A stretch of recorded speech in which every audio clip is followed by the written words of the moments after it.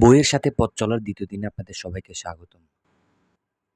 Robert গ্রিনের the law of human নেচারের আজকে আমরা পড়ব ৩১ থেকে ৪০ পৃষ্ঠার মধ্যে পাওয়া ৫টি গুরুত্বপূর্ণ তথ্য। এই ১০ পৃষ্ঠার মধ্যে লেখক দ্য ল অফ ইরেশনালিটি এই জিনিসটাকে বোঝানোর চেষ্টা করেছেন। ১. ইমোশনস আগে, লজিক পরে।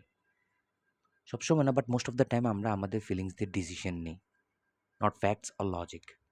ভাবো তুমি রেগে গিয়ে কিছু বলে ফেললে, পরে নিজে রিয়ালাইজ করো, উপস, এটা বলা উচিত হয়নি। তাই নিজের ইমোশনকে চিনতে শেখো, নাহলে সেই ইমোশনই তোমাকে চালাবে। ২. Confirmation bias is Real. আমরা এমন ইনফরমেশন খুঁজি যা অলরেডি আমি যেটা বিলিভ করি সেটাই যেন কনফার্ম করে। ধরো তুমি যদি ভাবো তোমার বিরোধী কথা কেউ তোমার সাথে বলছে, তাহলে সে নেগেটিভিটি ইনপুট করছে না। নিজের বিলিফকে চ্যালেঞ্জ করতে শেখো, নাহলে গ্রো করা অসম্ভব। 3. Pause, reflect, respond. ফিলিংস আসবেই, বাট রিয়্যাক্ট করার আগে পজ করো।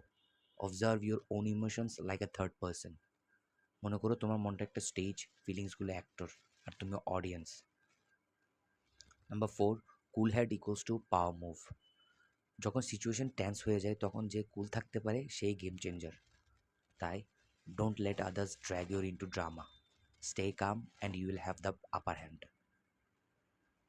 5. Rational empathy is greater than emotional ড্রোনিং।